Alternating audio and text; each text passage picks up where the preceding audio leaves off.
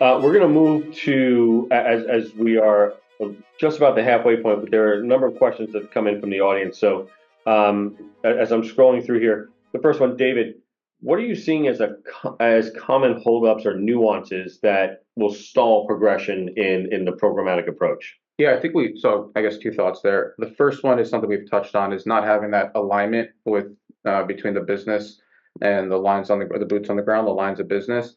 There's been a number of times where we'll go into an engagement where one group is expecting one outcome, then the business or the executives are expecting another, and then we get to the end and it's, well, now who's pointing the finger at who, right? So we did all this work, we got the investment, we invested the time, but now it's tough to get to go forward because different people on the client side have different expectations. So really making sure that everybody is aligned, concrete on what are we trying to get out of this, what are our KPIs, and how is this going to help us. The other thing we've kind of come across again, and Chris touched on this before, is the idea that, and let's be real, a lot of this stuff it's very new, right? Automation itself has been around for 30 some odd years, but it picked up steam with AI and ChatGPT, and people think Skynet half the time, right? So this kind of this kind of like idea that okay, there's non-human users and there's non-human identities within my environment. So where are they going? What credentials are they logging? What do they have access to? How am I setting these things up? So really, it's that security once we've gotten to that stage of these bots are going to be in my environment. What do I need to do to protect myself? And we're not a security company, so that's when we'll lean on somebody like CyberSec to actually secure that environment to make sure that you have that outside voice, that everybody up the food chain is going to be comfortable with having these bots or having these agents, whatever it is, inside your environment. So those are the two key areas and typically how we get around them. Excellent. Chris, the question for you, what now we've CyberSecOp has been brought in and as an objective third party in helping with cybersecurity issues or potential conversations around to avoid issues from an automation perspective, some of those engagements. What are most leaders concerned about with the implementation from a cyber standpoint? David touched on it from the business standpoint and getting that implemented. Any thoughts there? Yeah, I mean, I think the three big things that I'm seeing or we're seeing would be around there is no hard regulation yet. It's coming so fast. It's not part of the framework, part of the standard. So we're creating that. We're giving recommendations on how we think it should be. And that's a collaborative conversation with each client based on their particular culture or directive, but also the vertical would maybe dictate something. There are still ethical concerns for those, especially that are consumer based, right? To sit down and go, well, what does this mean to me? What's going to happen? What are you touching? All that. And then the other one is to David's point earlier is there's sometimes a concern about somebody unintentionally or intentionally messing with the data, right? So some people are calling it data poisoning. So it's a matter of actually making sure that that doesn't happen, really keep clean sandboxes, understand what's going on to sit down and make sure that's secure. So that really is a blend of security and IT, right? To sit down and make sure that happens, not just security alone. The thing that David also mentioned is we do a bunch of assessment going into it. So even non-human identity scanning wasn't even on our tip of our tongue a year ago. It just wasn't a thing. It just didn't have the pop that all of a sudden now it does. And those were bots that maybe were put in place, like David said, 5, 10, 15 years ago that some little group in the corner put together and now no one really knew what was going on, but I really love whatever's happening on the back end. But now you're talking about putting that on steroids and doing that more. And we're seeing more and more of a move, even in the news, with companies making commitments that they're going to be driving AI. And yes, it's going to impact the positive, but there's going to be some fallout as far as employee count or whatever. But in reality, they're going that direction. They're looking at it as an operational efficiency. They're looking at it as a financial benefit, and they want to move as quickly as possible. So it's a little bit of just kind of pump the brakes to know where you're going before you take massive leaps. And that's really where we spend the bulk of our time. But once we get through that, that parental phase, now all of a sudden we can jog. And then when we're jogging, we can run. And that's what we're trying to make sure that everyone's kind of aware of. Excellent. Thank you. David, in this person's asking, is it possible to establish clear guidelines and oversight to ensure AI is used in a secure and compliant manner while also using AI to accomplish their company's business goals? I think we'll have you answer, and then Chris, we're going to turn to you from the compliance and regulatory part of that response. Yeah, so I think exactly right. But I think when we go to deploy and develop these bots or implement them, right, what we're doing is we're not throwing anything disruptive into the environment. What we're doing is we're training these with a or the first step we do is we're going to take a business analyst and we're going to have that business analyst go through with your subject matter experts every single step. Where are they clicking? Where are they pointing? And so we have that whole process mapped out, right? And what we'll do from there is we'll go provision the bots accordingly with the same levels of access that the subject matter experts have. So we're not going to give them access to file. We call it LPA, least privileged access. So if there is something's in question, take the more secure route. We should never be granting access, and this is a broad security concern, right, or a broad idea in security. But these bots should never have more access than is the absolute bare minimum. So that's how we provide that oversight and that guidance when we're implementing and developing these bots. And I'll turn it to Chris for the second half of that. Yeah, I mean, I think the thing that we should be in our any organization that's in our place, including the CISOs that are on staff, we should be enabling it, but doing it with caution, making sure that you're actually doing it in a safe manner and not creating unintended consequences. So, if anything, we're part of the solution, just as Lydoni is part of the solution. We're just making sure that we're kind of in the boundaries, we're watching the speed limit, and we can kind of move as we get more comfortable and get more accomplished. And that's really what we should be doing. There will always be assumed risks, some of them small, some of them large. That exists 5, 10 years ago. It still exists today. And it doesn't matter if we're talking about asset management or AI and automation, disaster recovery, compliance, all of that stuff is a matter that you can't have everything completely locked down and choke the business from functioning. You've got to sit down and work in harmony with them. And that's where we're seeing a big benefit from the AI and automation stuff that Lydonia brings, to sit down and really, make that movement, that flow happen in a much greater sense than what it would be otherwise. Looks like we have another two-part question. What types of controls do I need to have in place to have AI in place in a useful and mindful manner? And are there steps that we can take to identify and mitigate security risks and threats that target AI? So let's start with what types of controls from a business standpoint, David, would be in place. I know that you had touched on the idea of you have a process that is heavily focused on a client experience of excellence, and it goes back to that defined process to get to the idea of a programmatic approach. So as it relates to this question, types of controls that people need to have in place, or would you suggest that they have a process, or do you have in your process really the one-on-one on how to get started, and here's what it would look like? Yeah, so every customer's environment is going to be different. That's a good question. So we obviously have our recommended guidelines, the bare minimum of what we'll need in order to deploy. But ultimately, we want our team, our solutions architects, and everybody working with the customer. All development work is going to be and should be done in their own environment. Everything should happen in a prod environment, a test dev environment, and move to a production environment for the customer. We never want to have any of that stuff in house. We don't want to have access to any access that we don't need to have.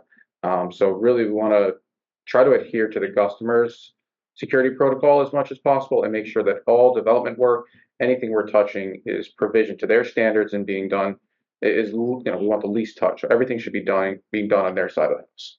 Excellent. Chris, some thoughts? Yeah, I mean, I think, like I mentioned, there's still, from the standard side of it, there hasn't been a trickle down yet to actually change each of the frameworks, like I mentioned, whether it's NIST or ISO or whatever. So we're making those adaptations with the customers in real time. I think the controls and subcontrols within it are going to be, in some cases, attached to some of the things that already pre-exist, and maybe add some minor elements to it to sit down and make sure that we're taking the extra step and taking the extra caution.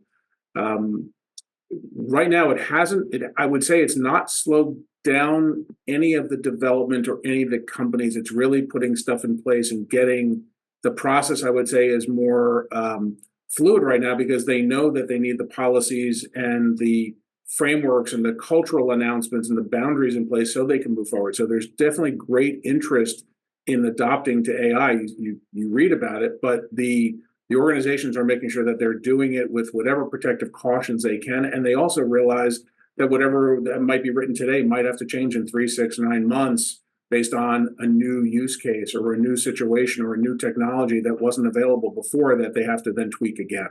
So for us, I would say when we're looking at kind of the compliance side of it, we're actually even reviewing things more frequently than they would, almost on a monthly or every other month basis to make sure that these things like AI are being assimilated in or how they're being affected based on the marketplace overall. Chris, you're going to stay in the hot seat because the next question is pointed directly to you. Sure.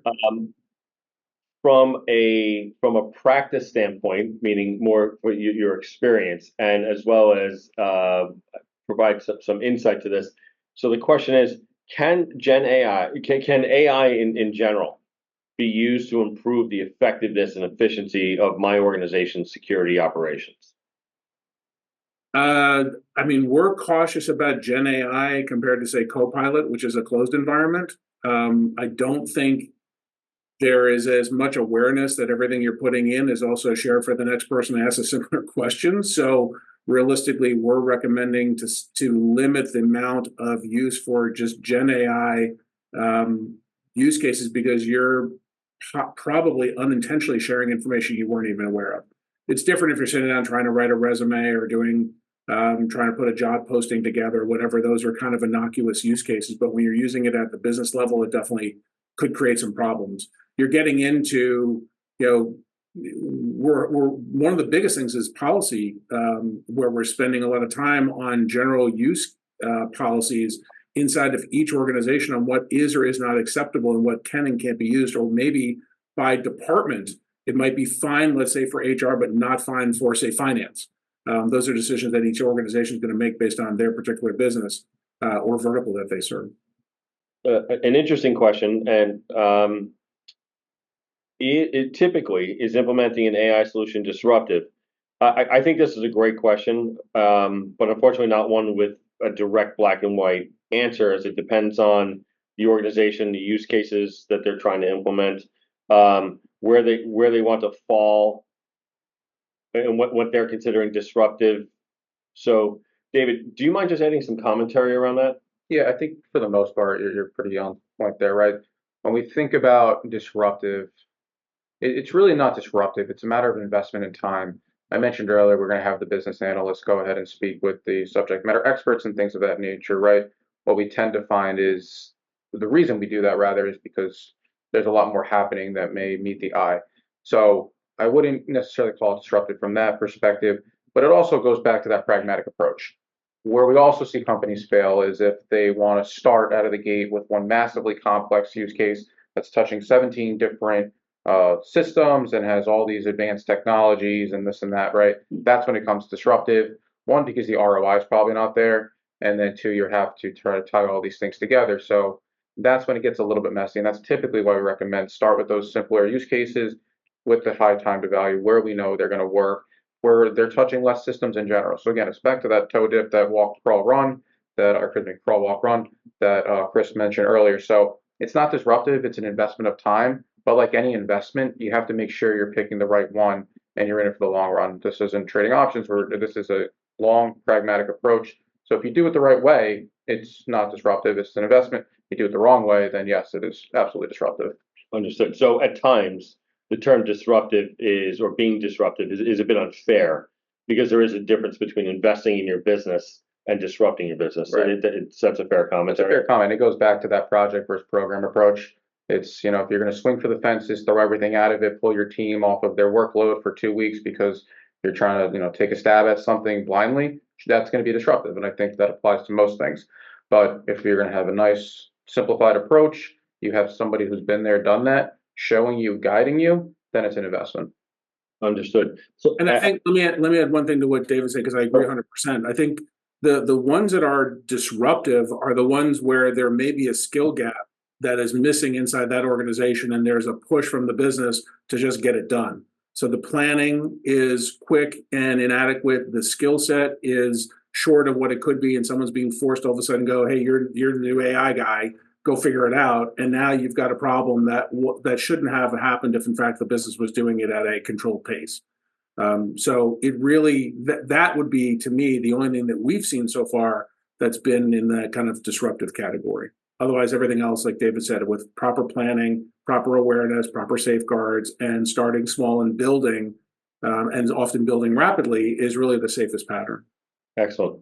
So as we're winding down on time, I have just a couple quick points that I wanted to go back to that were touched on a number of times throughout the last 45 minutes or so. So David, you talked about that programmatic approach and getting to a place of manageable steps so that the desired outcome is evolved, and that's where you get to. Chris, the idea from a cyber standpoint, there really aren't any hard and fast rules at this point. However, managing expectations is key, and taking an approach that doesn't add risk to your ecosystem sounded key. And in a minute, I'm going to ask you guys both for some closing statements.